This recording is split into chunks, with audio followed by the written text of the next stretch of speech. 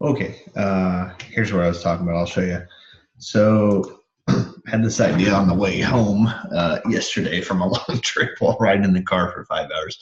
So here's how I was doing this. Um, so I was selling like a 132 and buying a 137, selling a 120, buying a 115. That was a $5 strike with.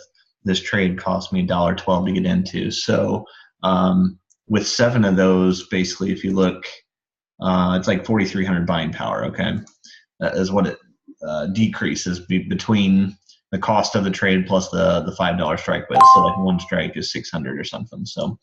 Um, so yeah, that's seven contracts, and your max profit was like 850 on this end, 220 in the middle, 600 on that end. So what I was messing with here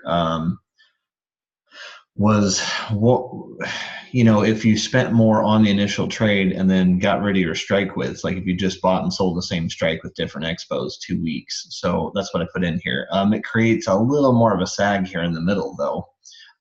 So your max profit was, 120 here as opposed to 220. So it's a little bit lower just because I've got a shorter expiration on this. If it sits right in there, they're both going to bleed, fade off.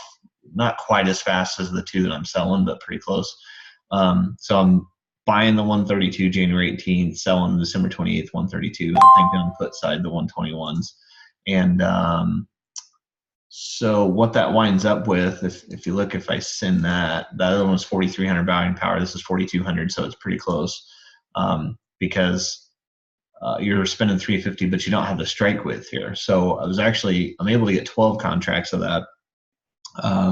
For the same buy power reduction as 7 on this because I don't have the strike width, even though I'm spending more up front. It's still holding that money aside. You can't use that. So, but what was that other one? That was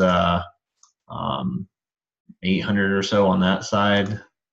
This one was up to 1,200, almost, 1,200 or so. So it creates a little more of a droop in the middle here, but your max profit, we haven't set still on this market in a while, so it's been running somewhere. So on the same buying power, it's almost doubled your potential profit. Like we're up to 1,300 on that end, so that's almost twice as much on the same buying power reduction.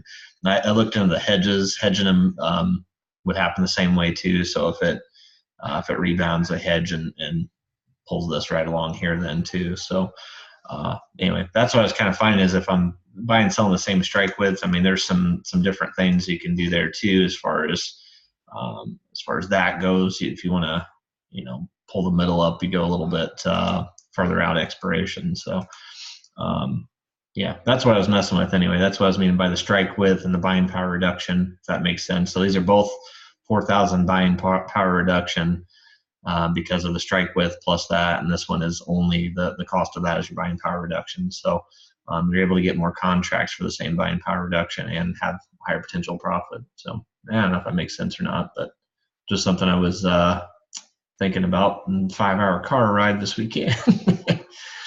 All right, have a good Christmas.